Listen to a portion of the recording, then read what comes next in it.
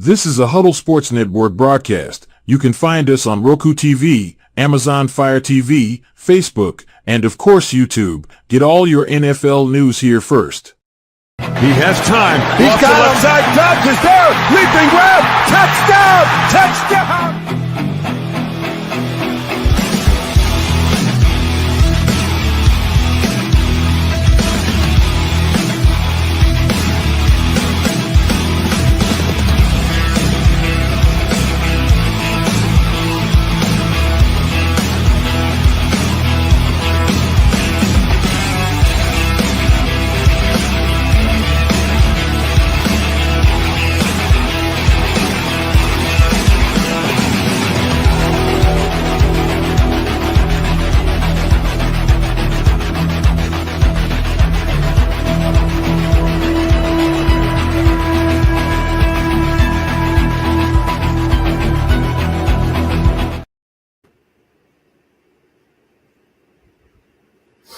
Oh, good morning. I'm just drinking my coffee here. Good morning. And having a minor stroke. Don't forget that part. Welcome to another edition of Ken and Ken in the Morning. It's, I believe today is Wednesday, is it not? It is. Yeah, it's Wednesday. Yes, it is the last full day of school here in the Panhandle of Florida. Tomorrow they have a half day, and my kid's junior year is done and on to being a senior. Oh, that flies. One more school year and I have an empty house. And yeah, then my wife has to deal with me solo 24/7, 365. I feel absolutely terrible for her. As you should. Or is it the other way around? Or is it the other way around? I can't remember. But yeah, man, the time flies, man. Before we know it, it's going to be week one. I was hoping it'd be week one already. It's not. But, one could wish. I was going to say, if you get yourself a nice concussion, not anything too major, you should wake up somewhere around week one. Yeah, if I take the Brisker route, right?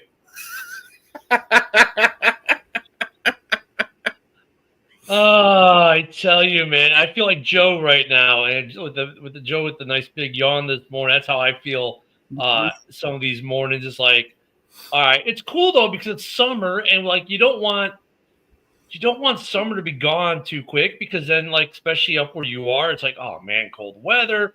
For me, it's like, man, I'm gonna enjoy the pool this summer and other things, but at the same time, it's like, can week one hurry up and get here so we can stop listening to 670 The Score in Chicago talk about where Caleb Williams wanted to be drafted 2 years ago? Like, really don't care anymore.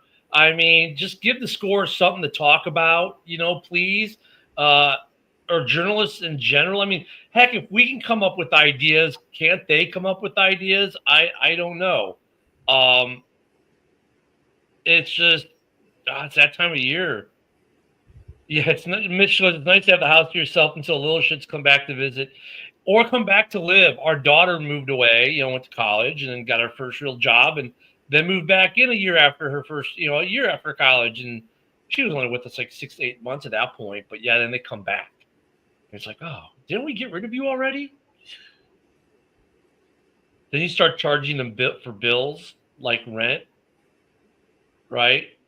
I'm going to charge you $200 to stay here. And like, you're like, but Mom, Dad, you done graduated, went to college, now you're no, you're paying. And then of course you waive it so they can afford to get a place on their own, whatever. But yeah, oh my God, well, it still hasn't warmed up in Michigan. It's dang near June. I was gonna say it still hasn't warmed up here in fucking upstate New York. It's a high today, a 68. Most of it's been in the fucking 40s. Well, let's see what the temperature is here. Right now, it's 82 degrees. Bro, 68? That's like, when I was in Vermont, that's summertime weather, dude. That's like time to go swimming, dude. Today's high is going to be 86. My low for the week looks like it might be 69. When I was in Vermont, 32 was t-shirt and shorts weather, dude. No rain. Oh wait, there's rain on the calendar for tomorrow. 75% chance tomorrow. 60%. What terrible weather we're having here in Florida. Jeez. Actually, I need the rain for my backyard, but yeah, there we go. 71. Motown's in Texas. Mm-hmm. Well, that explains a few things. But but yeah, I mean, we get nice weather down here. But like, you don't want the warm weather to be gone, because when week 1 starts, that means fall is coming, winter is coming. And now you're Hey, fuck you! I like the fall and the temperatures that go with it. No, because look at fall. Let's face it, it's pretty damn short. Because next thing you know, you're getting, in your case, 25,000 feet of snow dumped on you. Yeah. Yeah, there's been many years where our fall got cut extremely short and it was snowing at the end of October. Jim's got the pontoon boat. We see a lot of those down here, believe it or not. Because, like, okay, you got to remember in the Panhandle, like, even I'm on the Gulf of America, we have a lot of sounds, right? So that's where everyone kind of hangs out, is in the sounds, especially in Destin. They park the pontoons and people just sit there and drink because the water's like waist high. And they sit there and drink and party all day off the pontoons. Then we got the pontoons. They have the slides off the back that you can slide off the back of your pontoon. Oh, yeah, we got some nice party pontoons here, man. Actually, if I was going to get a boat, I was thinking about getting a pontoon. Because think about the pontoon, I can still go out in the sounds or the bays and fish.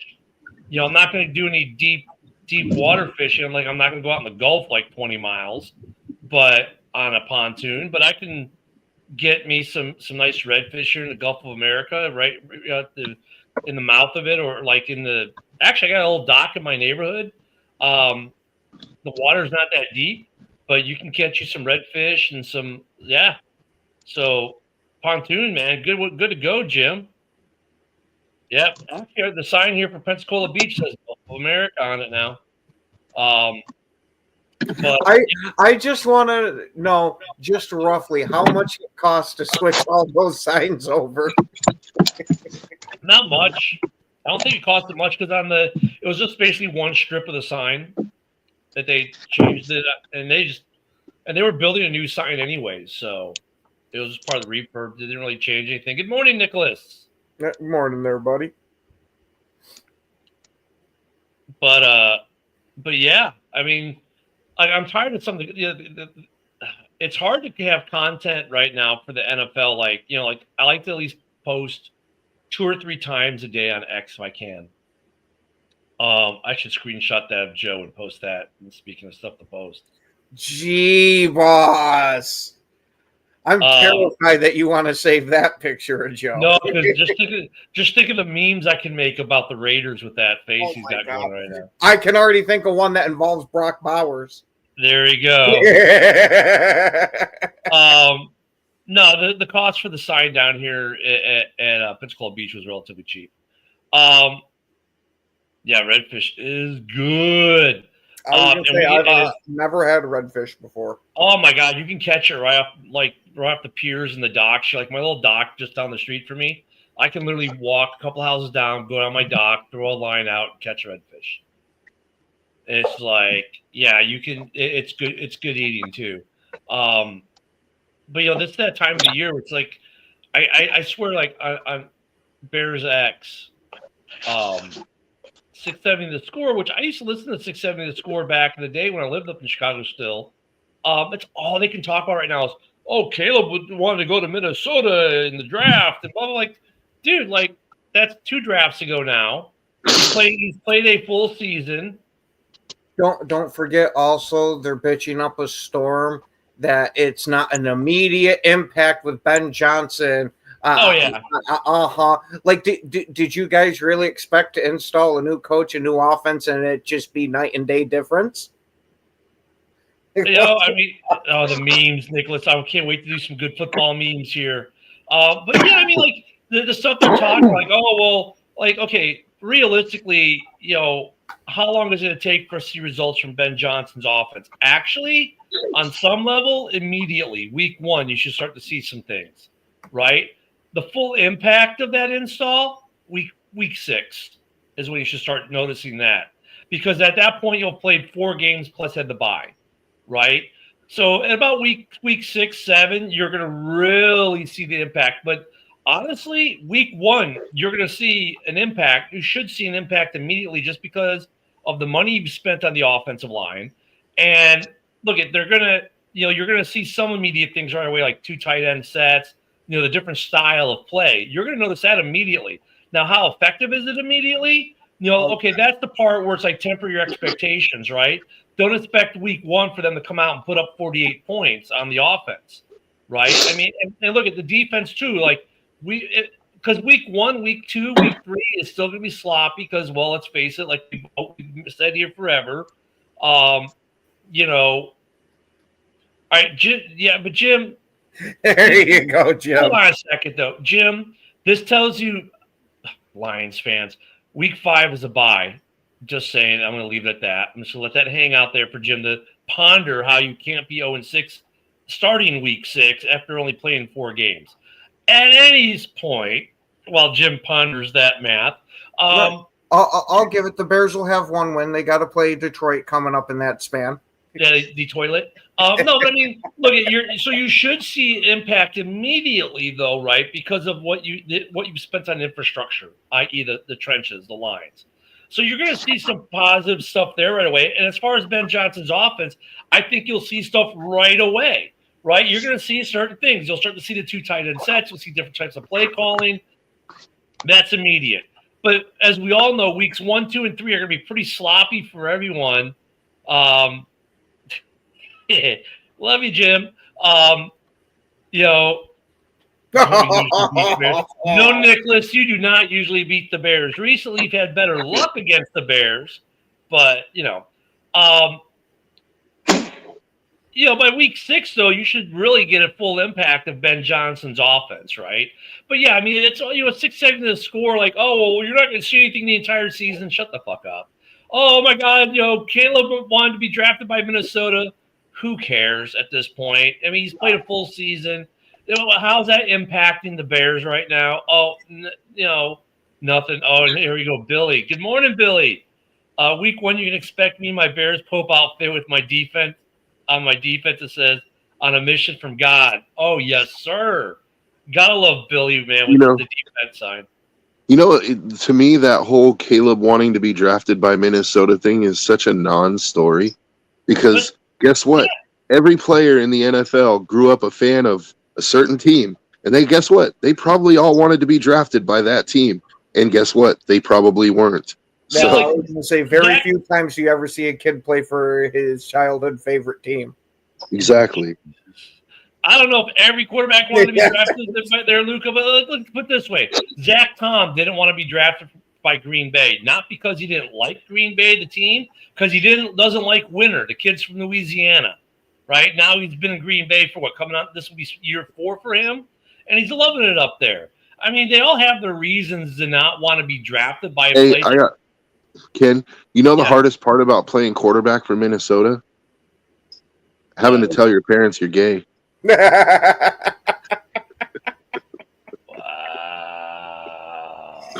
Wow. Good morning, Luca. Hey, Jim. Only one team is undefeated in the NFC North in 2025. Just throwing that out there. No, but none of these guys really get to play for the teams they wanted. Wait, what now, Joe? No, none of these guys really get to play for the teams that they wanted to play for. Then they have to pretend that they're happy, like, oh yeah, like imagine getting drafted by a division rival. That's what I was just thinking. Imagine, Ken, you being the fan of the Bears your whole life, finally going to the draft and you're a Green Bay Packer. So look at that's happened though, hasn't it? Mm-hmm. And inverse, Joe, what you said, it happens. Cole Kmet grew up in Arlington Heights, grew up a Bears fan, and is now a Bear. So you do get hometown. You do get some hometown guys that do make teams. Unless you're Manning or Allen. But yeah, I mean, you get guys who grew up their whole life in Wisconsin, being cheesehead Packer fans, and then they get selected by the Bears, the Lions, the Vikings, or other teams. I mean, Joe's 100% right. How many times? Look at Kittle. Kittle's a diehard Bears fan, yet he's a 49er. And what's funny about Kittle is even during his Super Bowl weeks, when the times he's been in the Super Bowl, they always end up talking about the Bears when they interview him on Super Bowl week. They're always asking him about the Bears situation because they know he follows the Bears. And that's kind of a cool thing, though. Like, that's one thing I like about Kittle, because you don't see that from players where they're still willing to talk about teams they grew up with fans of. Like, Kittle grew up a Bears fan. He's played his whole career for San Francisco. Obviously, he's trying to win rings with them, and yet he's still a Bears fan. Robbie Gould, even after he left the Bears and went to play, ironically enough, for San Francisco, was still a Bears fan. And now that he's retired and coaching high school football in the Chicago area, he talks about, like, when he was playing with the Niners. Like, he was at the double doink game because he's like, yeah, we didn't make the playoffs, so I came to Chicago to it was a funny story. He was talking about the double doink game. And he's like, yeah, I was at the game. He's like, because we weren't in the playoffs, so I came home to see, the Bears in the playoffs. And, and he's like, he's sitting with his wife telling him the whole story about how, he knew he was going to come down to a field goal because, hey, these are how games go. And he could just feel it. And he knew it'd come down to a field goal. And Cody, gets a double doink. And he goes, I did not leave our box because they were in a suite box. We did not leave for about an hour to an hour 20 after the game ended. Because he knew the second he left the box, people would flood him, right? It's Robbie freaking Gould. But I think it's cool that guys like aren't afraid, like Kittle aren't afraid to like share their fandom. Like, yeah, I may be a Niner, but I'm still a Bears fan. Like, I just don't want them to do well against me, of course. But I still like, I still like my team. I think that's kind of cool. I wonder if he sent Cody a bucket of Dom P.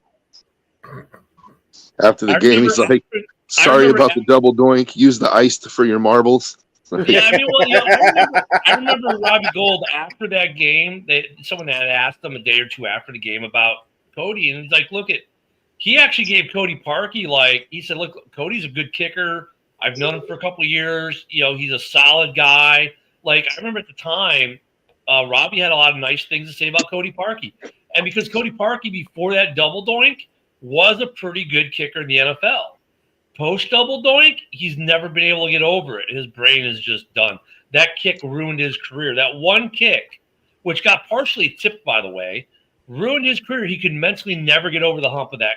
Didn't he doink like 7 times that season? He has doinked a ton since. But in that one season, I watched a documentary or like a short film about it, where he doinked like 7 times that 6 times that season before the playoff game, and then he double doinked, and it was just like the perfect end to his nightmare of a season. Yeah, I don't remember how many times he doinked, but I mean, but Robbie Gould came out and defended him, and he was a pretty good kicker because, he got a good sized contract. But yeah, I'm not saying he was a bad kicker. I'm just saying he had a bad year. I just want to, for whatever reason, that year he just couldn't miss the goalpost. For whatever reason, like, it was like every time they sent him out there, he doinked it, dude. I just want to make this observation real quick, that Joe is now our resident Wilson. Yeah, there you go. Hey, Wilson right now with the way the comments. I looked this up because it's a long comment, but it's kind of a cool. Actually, I kind of agree. Like, I hate the white jerseys. I because as a fan, I don't want to buy white jerseys because, well, let's face it. The second you throw in a white jersey, there goes the pizza sauce, there goes the spaghetti sauce, there goes whatever sauce on anything you're eating finds its way to a white jersey. If you got a blue jersey on or an orange jersey or any other color besides white, jersey will be fine. The second you wear a white jersey, every food item you eat likes to drip itself on it. Oh, dude, that's why I don't own any fucking white clothing, period. I have the Raiders white jerseys deal are with dope, the white dog hair on my colored clothes. No, they're not, Joe. They feel the same pain as every other white jersey. The only thing about the Raiders white, it's not like a white. It's like it's an off white. You know what I'm saying? It's got a little darker tinge to it, so it doesn't like. See, right now it just sounds to me like you're making an argument for Italians versus white. Yeah, no, I mean it's like it's not the same white as, let's say, like a like a regular just straight white. They kind of like have an eggshell white, but still, even in my Raider jerseys I have that are white automatically found stains quickly. It's Yeah, like, I'm not saying they don't stain. I was just saying that the Raiders white jerseys are dope. Like, no, they're they can pretty go cool. away too. Get rid. I like the Bears went to the orange crush. Actually, I like when we started going to the orange jerseys. I thought those are cool. I like that the teams now have multiple jerseys. I like the Bears white jersey now that they're doing like the 1936 throwback thing with the, it's got the stripes on the jersey and stuff. Like, it's not just a white jersey. Like, if you're gonna give me a white jersey, give me more to it. The Raiders white jersey, like I said, it's a little bit more of an off white, but it's I don't know what he's talking about.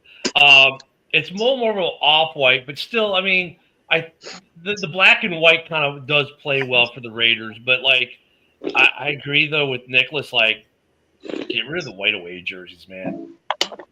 You're not selling any to the fans, and if you are, all you're doing is we're wasting our money because, like I said, I can wear a blue jersey, no stains are ever going to happen. The second I wear a white jersey, everything finds its way to it. It's like, what the hell? And I have a few white jerseys. We got Jim out here eating his barbecue shirtless. Yeah, no. I mean, like, look at my Urlacher and my Galt on my wall. They're both white jerseys. They're great for signing. They do display great, but then again, you put them in a case, never to be taken out, so they're not going to get stained, right? All I can think of now is Doran out there on Deer Watch wearing his AR-12 jersey, holding an AR-15.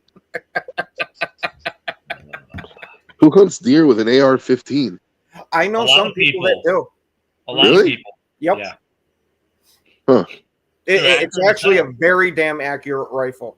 Yeah, it's not that it's not accurate. I just never thought of it as a deer rifle. Like, I guess from when I grew up, guys were using like a 243 or a 270. Yeah, like, I was gonna say it's a 223. But the deer are a lot bigger over there too, though. So, well, you're firing either a 223 or a 5.56 out of it. But I mean, a lot of people a lot of people say, oh, because of the projectile size, they like a bigger round. I was gonna say, just be more accurate with your placement. It's a very accurate gun. It is. I would know that, maybe just a little bit. But I mean, look, if I want really, I mean, just go get you a Barrett 50 cal and go hunt with that. When I had a 50 cal, now granted it was the AR-50, not a Barrett, I so wanted to take that sumbitch deer hunting. I mean, the Salute to Service ones, there have been some pretty cool ones, Nicholas. I have a couple different ones. What's funny? I like my Justin Fields Salute to Service, that jersey style compared to my Caleb Williams Salute to Service. I like the Justin Fields one better because I like that Salute to Service jersey they did that year better than what the newer one is. I have a Brandon Marshall Salute to Service one. That one was really cool too. So sometimes the Salute to Service jerseys can be a little hit or miss.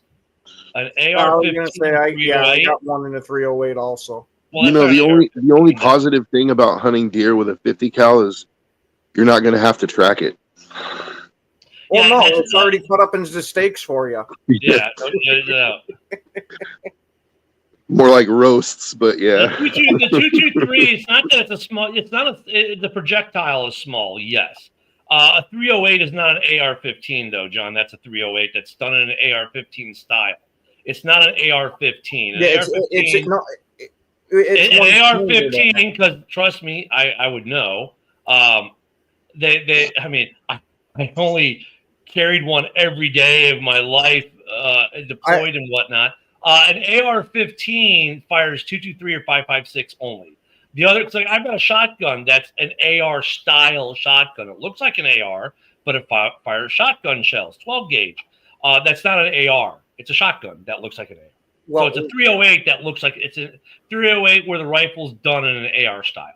Well, my 308, that's the AR-15 chambered in. It's got the AR-15 stamp on it.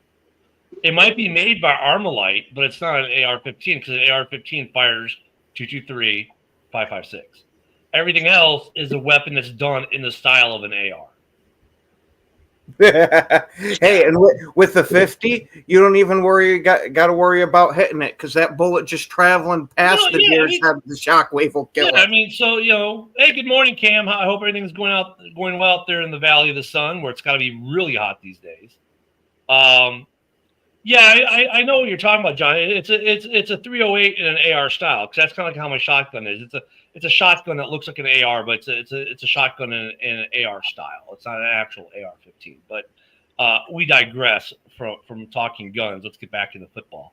I was going to say, this is a topic Ken and I could talk about all day. I mean, yeah, and Nicholas nails it right there. I mean, yeah. The 350 Legend is a very nice round for hunting too. Probably the 450 Bushmaster also. You can look at firing 223 or 556. For hunting, I know a lot of guys who do it. I mean, accuracy, like Ken said, accuracy is a big piece. Just place your round well. So, but yeah, I mean, some of those going back to the jerseys, because that's what threw us off the side track when Dorn told us he wears his camo jersey to go hunting, which does not surprise me.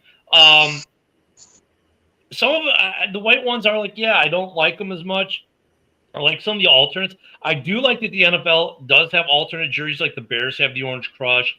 They've got the 1936 throwbacks, which, as far as the white jerseys are concerned, that's better than the plain white jersey they wear sometimes. So I do like that the NFL has some alternate jerseys. But ironically, Joe's Raiders are the only team that really does not. Like, they are so, like, even with the specialty football helmets, the Raiders are like, if it's not silver and black, you don't do it. Like, there's no salute to service Raiders helmet. Really? Because they don't want, because the salute to service ones are OD green, or they did the sand color ones. The Raiders like, nope, you won't do that with, if it's not black or silver or white, you can't do it. I think the first salute to service helmet they got was when they did the white salute to service helmets. I think they actually got one for that year. But the Raiders do not get a lot of specialty helmets that Riddell makes, that we all get signed. You won't find them for the Raiders because of their color standards. They will not flex for the NFL at all. They're like, nope. Like, you've got they've got some, when they did the black mats, the Raiders did that one because it's an all black helmet. So they're like, yeah, you can do that one. When they did the camo, the camo helmets, the Raiders said nope. Salute the service, they said nope. The flashes and stuff like that, because they keep it either black or white. They do those flash helmets and whatnot to fit the Raiders color scheme, what they will allow. But they do not allow much at all, do the Raiders. Well, those camo helmets probably came out when they were in Oakland, and I don't think too many people in Oakland were hunting in the middle of the city. Yeah, they were still in Oakland because, let me see, I got my, let me see, when did those come out? They came out in 20 or 21 is when those helmets came out. So actually, no. Well, wait, what year did they move to 2020? Vegas? 2020. So no, those came out after they moved. Yeah, I got a Peanut Tillman on one. And they were like every year. So I don't know. Last year they came out with Slate was the helmet. I didn't get anything on a Slate. I thought they looked stupid. It was like this weird gray. Everyone had the same gray. It was like a gray slate color helmet with like the logo in gold. It looked stupid. It was terrible. Sometimes Riddell misses with their specialty helmets, but let's see. Luca, the funniest thing I saw over the weekend was a hot 23-year-old dating Mark Davis said she didn't know he was rich and an NFL owner. She liked his smile. Yeah. And I used to play in the NBA. I would believe that. Yeah. No, I wouldn't. Yeah, I mean, maybe if they had a midget cripple league. Yeah, hey, but you know what? There's nothing wrong with Mark Davis dating a 23-year-old. Like, well, I mean, look, he's just let him live his life, man. Yeah, I mean, it's just kind of like a certain coach who's, took a job at a certain university so his girlfriend could get a full ride scholarship there. And even though he's like 76 years old or something. Yeah. And they're getting married. Mark Davis's girlfriend alone, so she's got a fetish for bowl cuts. What of it? Is Belichick and his girl, are they engaged? I think they just got married. Or got married? I didn't even realize Belichick. Jeez, because she's like Hold what, on, I'll look 26, that and he's one like up. 70.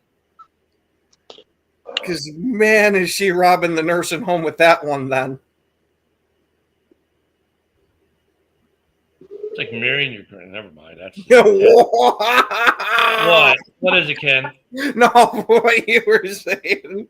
Yeah, I mean, think about that.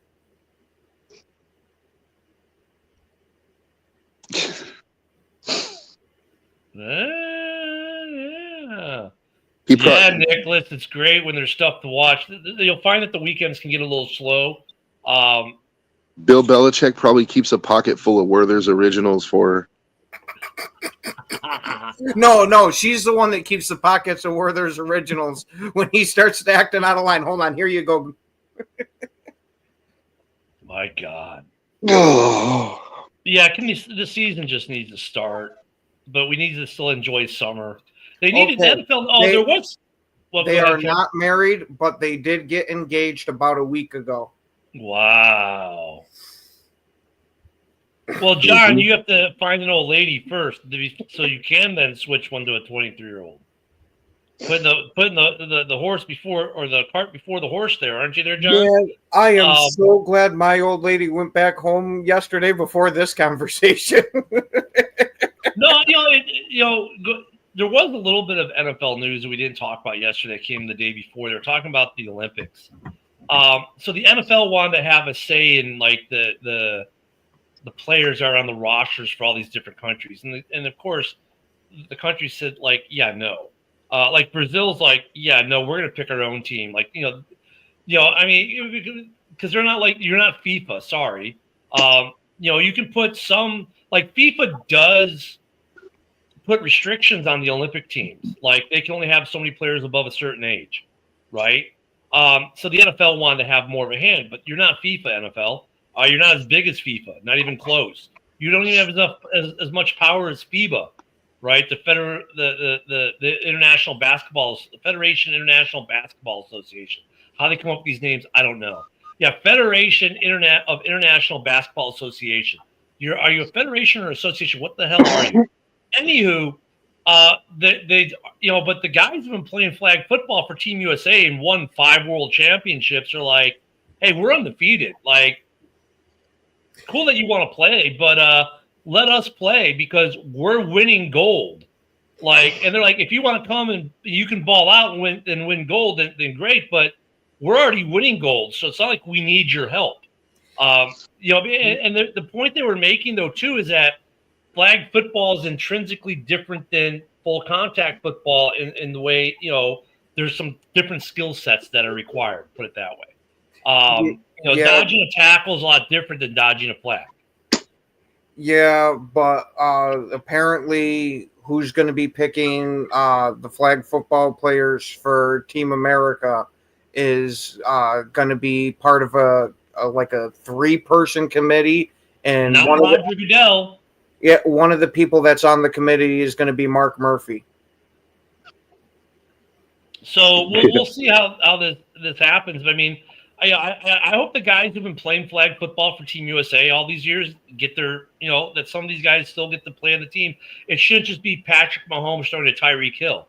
I mean, it won't be. I was just gonna say that. Like, it raises an interesting argument though. Like, because for flag football, you're going to want as mobile of a quarterback as you can get. So it's going to be Lamar Jackson, or it's going to be like Kyler Murray. What about Jalen Hurts there? I think he'd make a decent flag football quarterback. Fields and Lamar are probably your best two for flag for their mobility. Shit, or even Josh Allen. Granted, he's going to have to try to not run people over. So yeah, I mean, but that's exactly the point, though, Ken. Like, you don't run people over in flag football. Mm-hmm. So when it comes to defense and offense of both, there's a whole different piece to that. So some position groups might not translate well, like edge rushers. Mm-hmm. Corners might. Like, I expect the defensive backs to do great there. So maybe a couple of linebackers, but. I mean, wouldn't it be funny if Max Crosby missed the memo and just tackles the guy? Some poor dude that was just bagging groceries last week just gets absolutely pulverized by Max Crosby. Crushed by Max. Well, John, I don't even know if golf is good at regular football, let alone flag football. No, but I mean, look, this will be a debate next year as we gear up for the Olympics, right? As the Olympics are getting closer. But I mean, and Brett says I would hate to lose a player to injury. Well, welcome to what every other sport has to deal with, right? I mean, baseball, not really. I don't think baseball MLBers aren't in the Olympics, but NBAers are, NHLers are, MLS players are, national team players are obviously. Most of the other sports already have to deal with this, but that's the risk you take. It's like I don't think for flag football like the U.S. we're at a disadvantage. Like, look, we all know the reason why we brought NBA players in because, well, a bunch of college kids playing against the Red Army basketball team that their whole life was nothing but basketball. Obviously, it was like playing professionals, even though they weren't professionals. So they said, okay, well, let's level the playing field. We'll bring our professionals.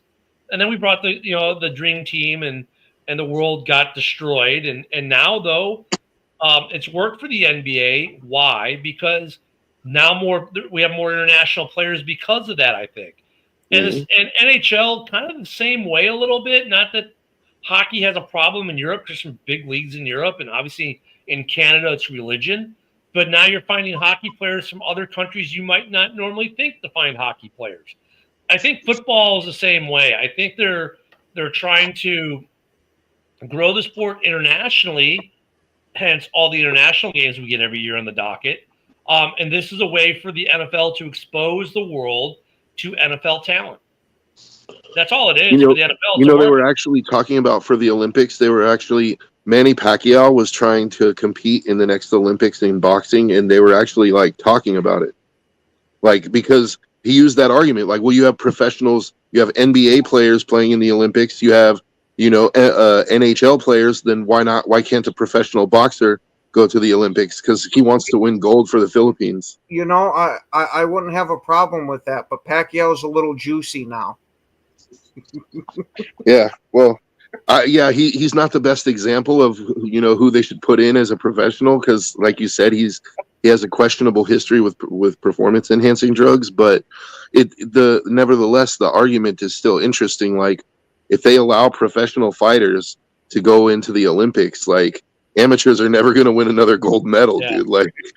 And Jim's comment, he said, look, if I'm an owner, I don't want any of my players, especially my stars, I'm paying literally millions of dollars, $10, $20, $30 million a year, getting injured playing flag football. And here's the thing. I think a lot of fan bases and owners and GMs are probably in agreement with you, Jim, in some way. But you know what's going to happen, right? Yeah, well, my team is awesome. No, it's not. Well, yeah, how many Olympic players do you have? We have 3. You have none. That's going to become the argument, right? I can already see it. It's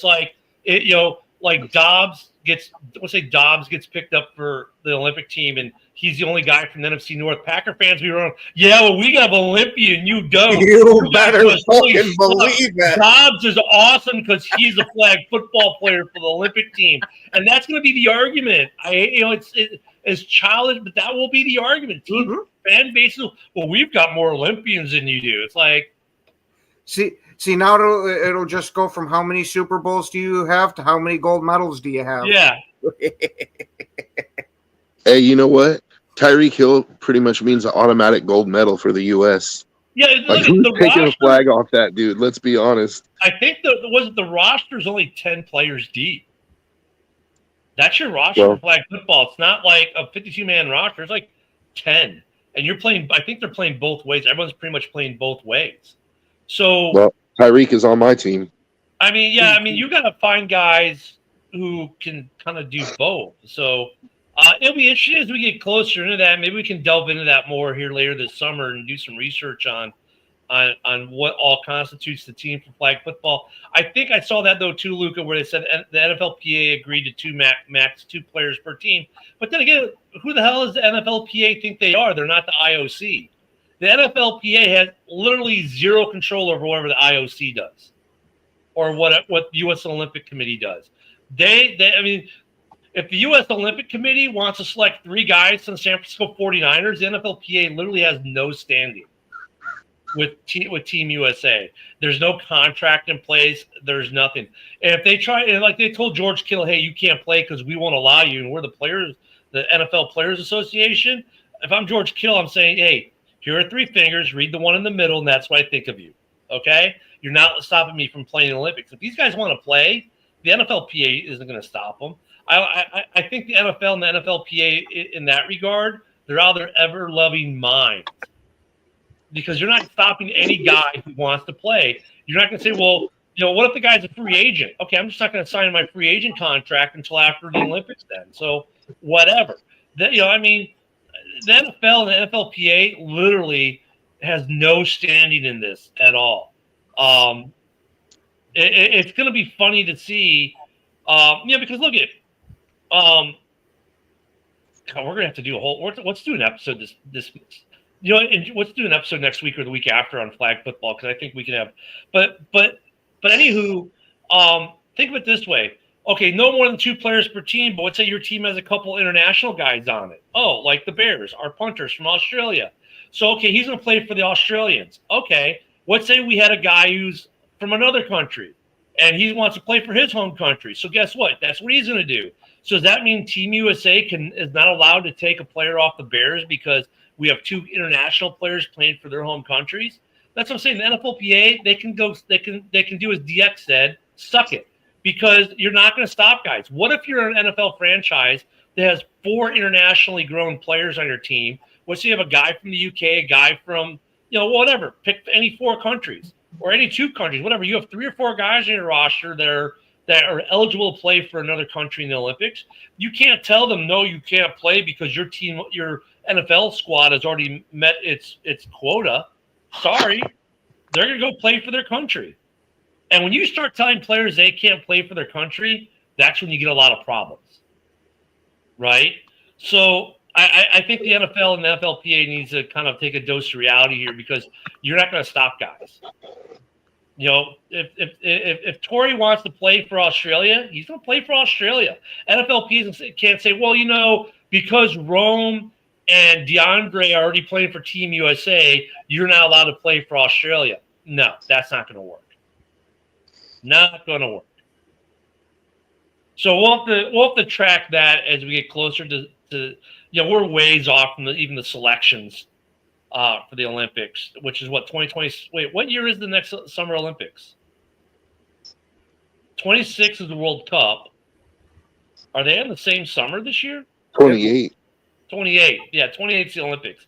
So we got a couple years. 26 is the World Cup. Man, Trump's going to get a World Cup and the Olympics and the Centennial. Jeez. Yeah, so, it's going to be interesting here as we move forward with that. And then you get the contractual issues.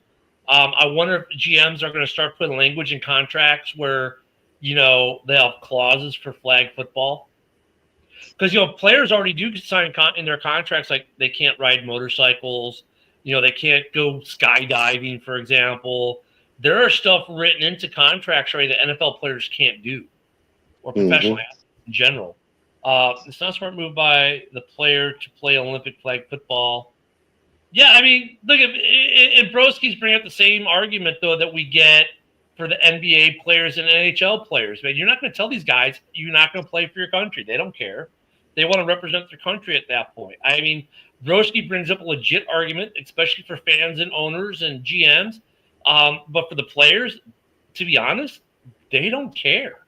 Yeah, and think about it. Like, let's say you're a professional, but you're not, necessarily a Hall of Famer, but you're good enough to make the Olympic team. Like, you have the chance to win an Olympic gold medal. That's going to be with you for the rest of your life. You may not be a Hall of Famer in your sport, but you can win an Olympic gold medal.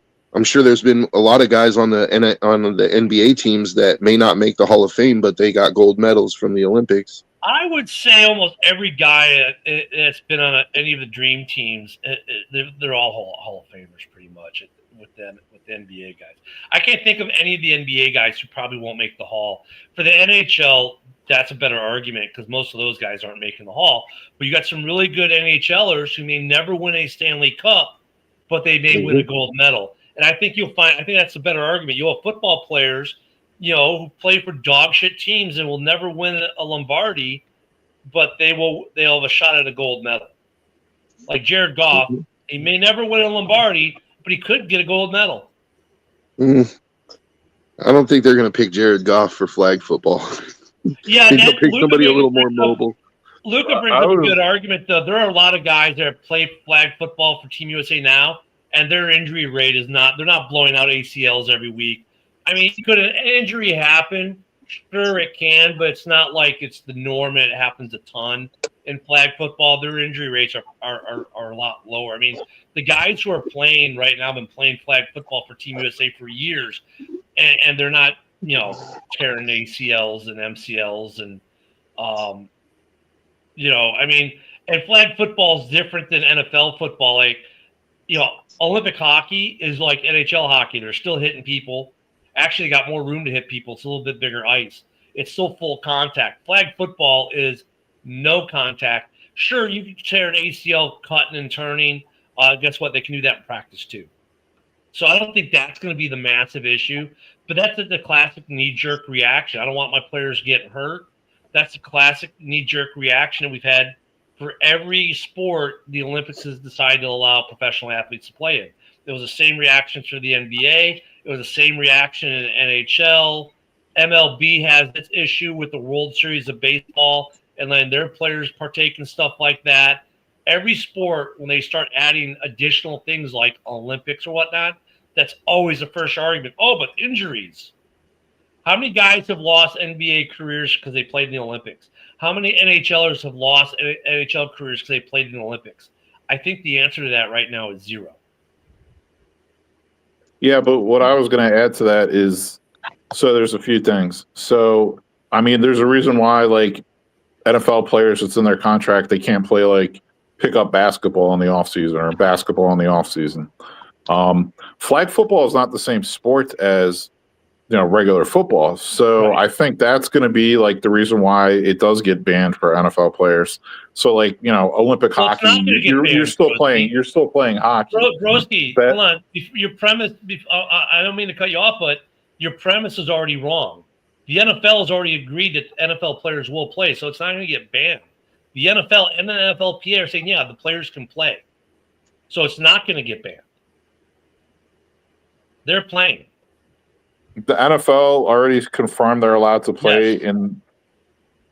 Mm-hmm. Yes. Well, I mean, that's a bad call by the players then. I can just imagine Broski now sitting at his computer going, damn it, there goes my whole argument.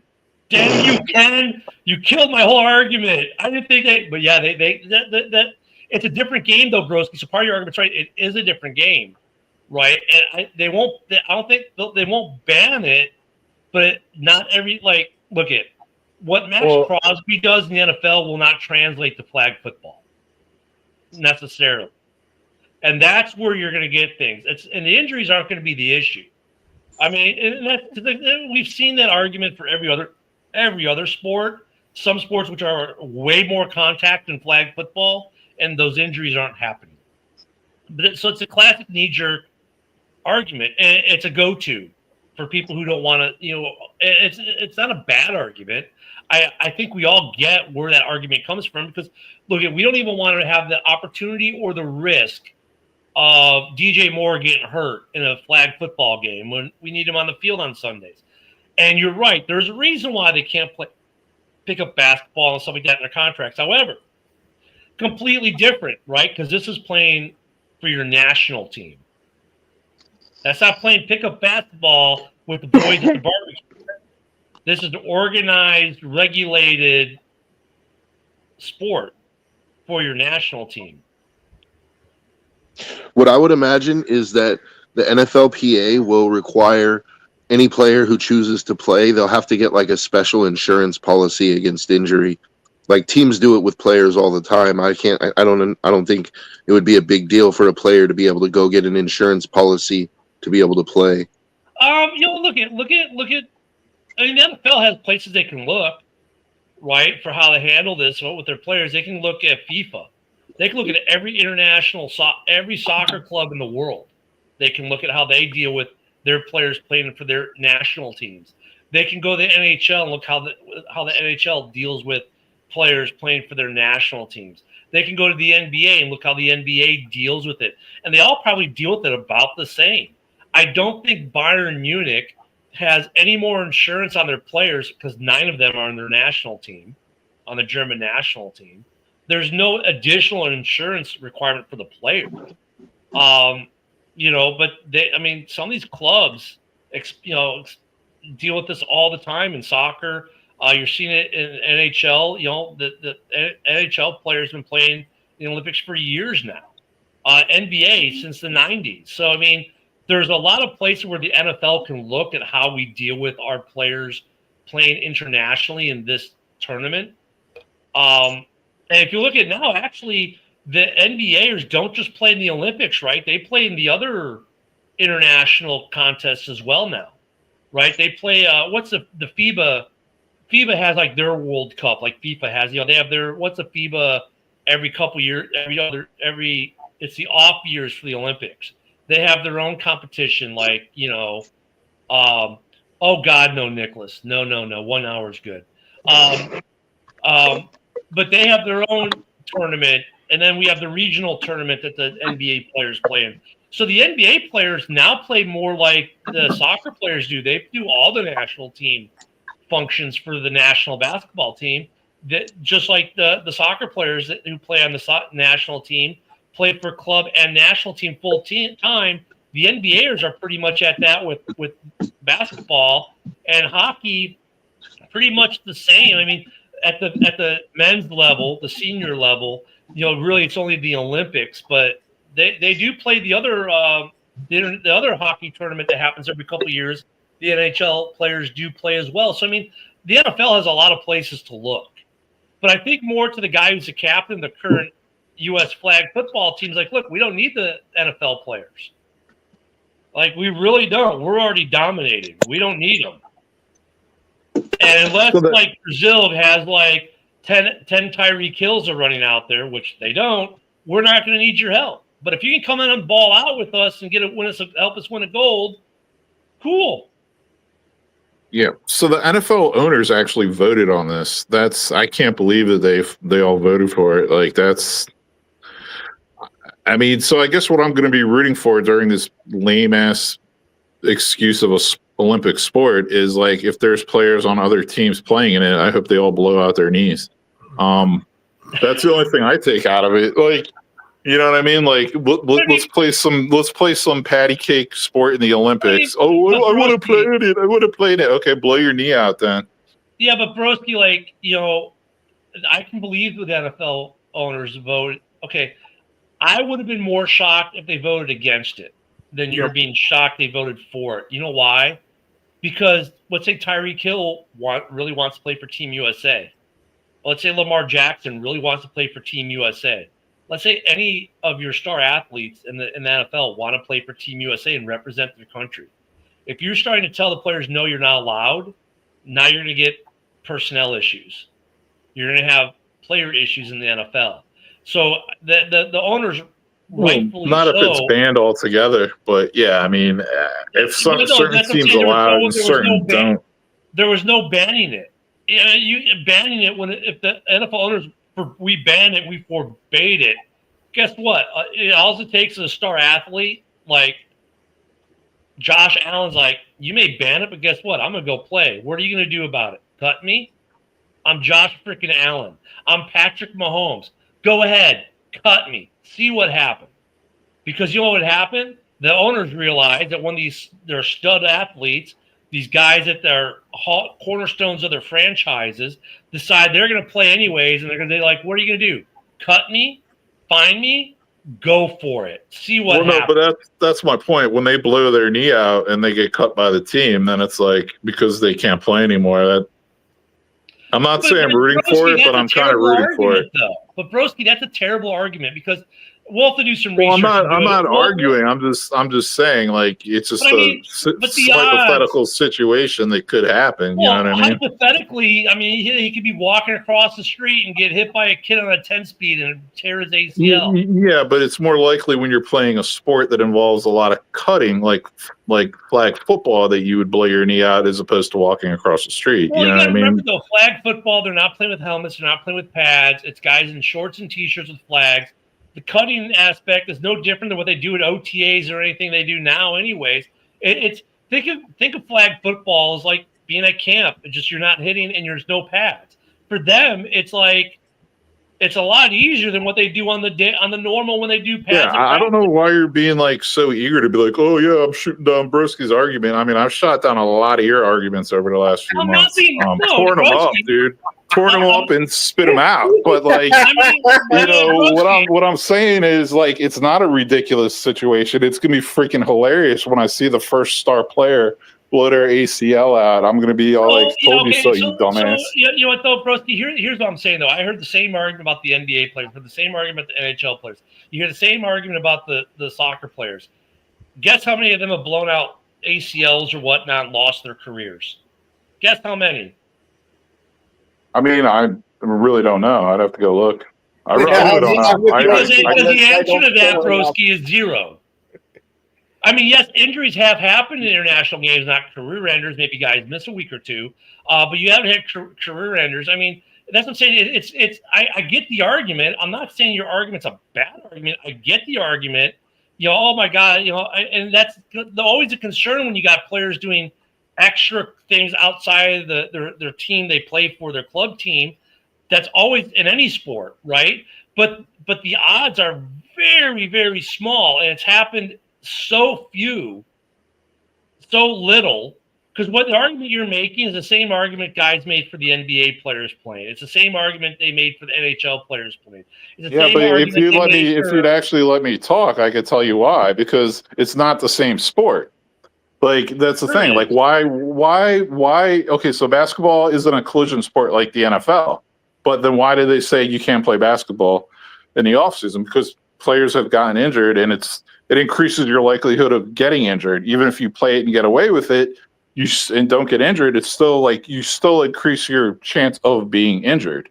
You know what I mean? So even like if the injury doesn't happen, it is still more risky. So, and it involves a ton of cutting, which obviously, you know, I'm just saying this. I think it's a retarded risk. I think it's just a big ego thing for the players, and it's a stupid risk to take by the players. But here's my other thing. I want to kind of stay on topic, but like switch it up a little. What other countries are actually going to put like a formidable flag football team out there? That's what I'm curious to see. None of them are anyways. The U.S. is already mopping the floor with the world with the amateur team. I mean, look at a couple of the countries will have an NFL player or two. Here's a way to look at it for that piece of it, Broski. When the NBA players started playing, right, there were a couple countries that had one or two players that were NBA quality or NBA players on the team back in '96. Now, if you look at the Olympics, like almost every team in the top 5 or 6 teams in the world are full of NBA players. I think for the NFL, they voted on it for another reason. One, you weren't going to stop players who want to play for their nation. There'd be a player issue at some point. Two, for the NFL, it's like a way to grow the brand because now you get these kids right there. I think it's the main issue, which gets them interested in football, and now they start watching the NFL, and you start growing players internationally like the NBA has. And I think that's part of why they don't need NFL players. We already mopped the floor with everyone, and I agree with that. I agree with the guy who's playing for Team USA right now. He's like, we don't need NFL players. I agree with him. But if they want to play, they're going to play because you're going to have a guy like Jordan Love who will never win a ring in Green Bay. Yeah. You know, his name is Caleb. That might be his gold medal, might be his ring. So you'll get some players who will play just because that's their shot, right? Like Tyreek Hill, does he have a shot at winning a ring in Miami if he's getting near the end of his career in 2 years? And he knows he doesn't have a shot at a ring, at least he can win a gold medal. That's like the consolation prize. Are there any Bears players rumored to be competing in this. We're like 2 years out from even team selection. So who knows who's going to be and what player groups are going to look at. I don't know. People are saying guys like Lamar, guys like Tyreek. I don't know if Rome or Caleb or any of those guys are defensively. There's no rumors tying players specifically at this point. Right now, it's all the speculation of, NFL players are going to play. And I hate to put a pin in it, but we're out of time. So let's put a pin in this. We'll pick it up tomorrow. JB is next. It's Wednesday, so we have Hallis Hall tonight. We'll see you tonight. Thanks. Great show, everyone. We'll see you all in the morning. We're out of time. Peace.